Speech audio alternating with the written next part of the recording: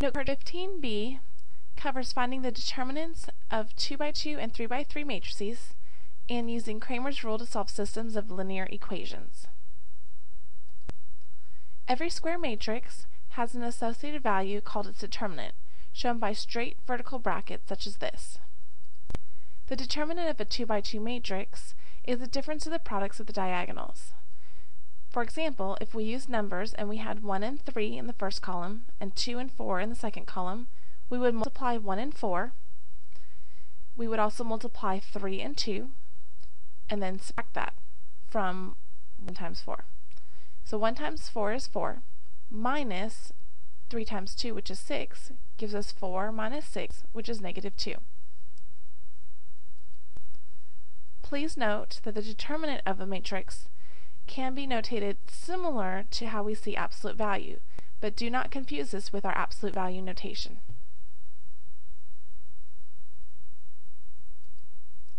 Let's do an example. Let's find the determinant of this matrix. We're going to find the difference of the cross products, which means we're going to multiply 1 and 8, and then we're going to multiply 4 and 5, and subtract it from 1 times 8.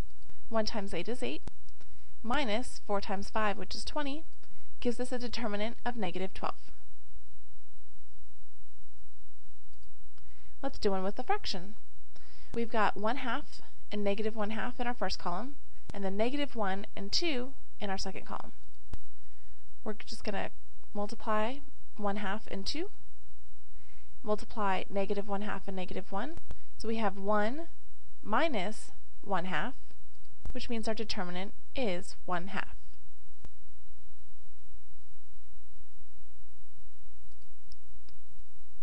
You can use the determinant of a matrix to help you solve a system of equations.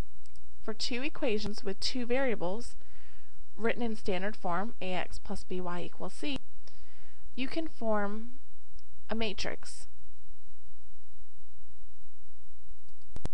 like this.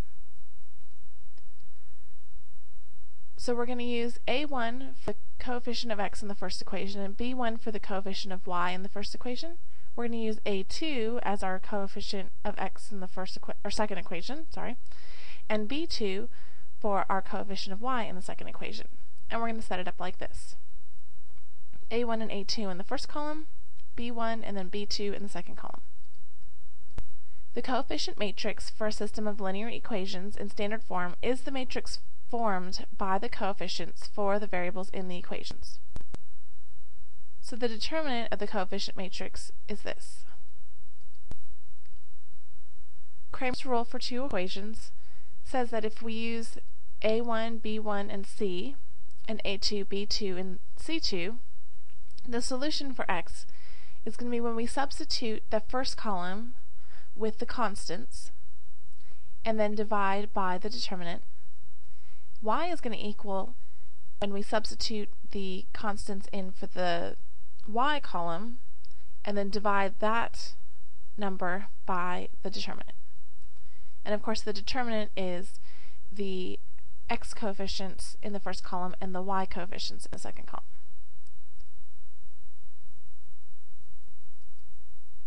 You can use Cramer's rule to tell whether the system represented by the matrix has one solution, no solution, or infinitely many solutions. If the determinant does not equal 0, we know that we're going to have one unique solution. If the determinant does equal 0 and at least one numerator determinant is 0, then the system is dependent and has infinitely many solutions. If the determinant equals 0 and neither of the numerator determinants is 0, then the system is inconsistent and has no solution. Use Cramer's rule to solve this system of equations. 2x plus y equals 10 and 3x minus 2y equals 8. First we're going to find the determinant of the coefficient matrix. So our coefficients are 2 and 3 on our x and 1 and negative 2 on our y. We're going to multiply 2 and negative 2, subtract 1 times 3, and we get negative 7. So it's not 0, so the system is consistent. Then we're going to solve for each variable by replacing the coefficients of that variable with the constants. So here's a reminder of what our equations were. We're going to take and plug in 10 and 8 in the first column. For y, we're going to plug in 10 and 8 in the second column. When we calculate that and divide it by -7, we get 4 for x. Calculate in the y and divide by -7, and you get 2. So our solution is 4 for x and 2 for y.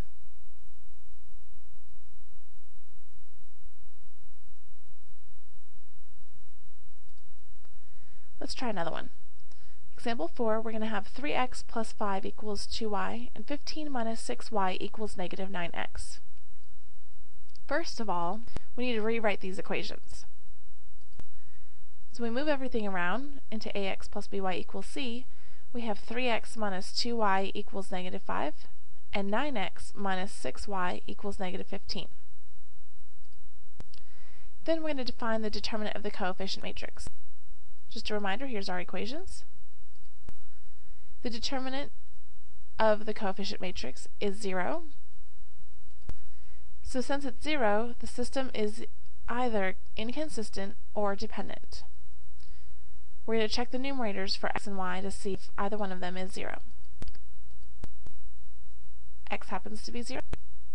Y is also 0, which means that since at least one numerator is 0, the system is dependent and it has an infinite number of solutions.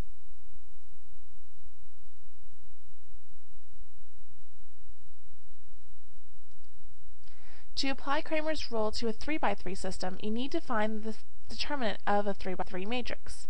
One way of doing that. You're going to rewrite the first two columns at the right side of the determinant. Then you're going to multiply down the red lines and add those together. Multiply up the blue lines shown here, add those together, and then find the difference of the two sums. Let's do an example. If we have 2, 5, and 1 in our first column, 4, 2, and 4 in our second column, and 1, 3, and 8 in our third column, we're going to rewrite that first and second column, so it's going to look like this.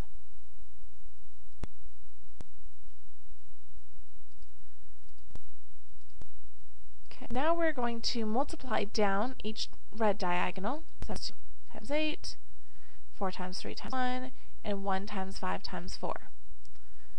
When we add those together, our sum is 64. Then we're going to multiply up each blue diagonal. So we have 1 times 2 times 1, 4 times 3 times 2, and 8 times 5 times 4, which gives us a sum of 186. Finally, we're going to find the difference of the sums. 64 minus 186 gives us -122. So our determinant is -122.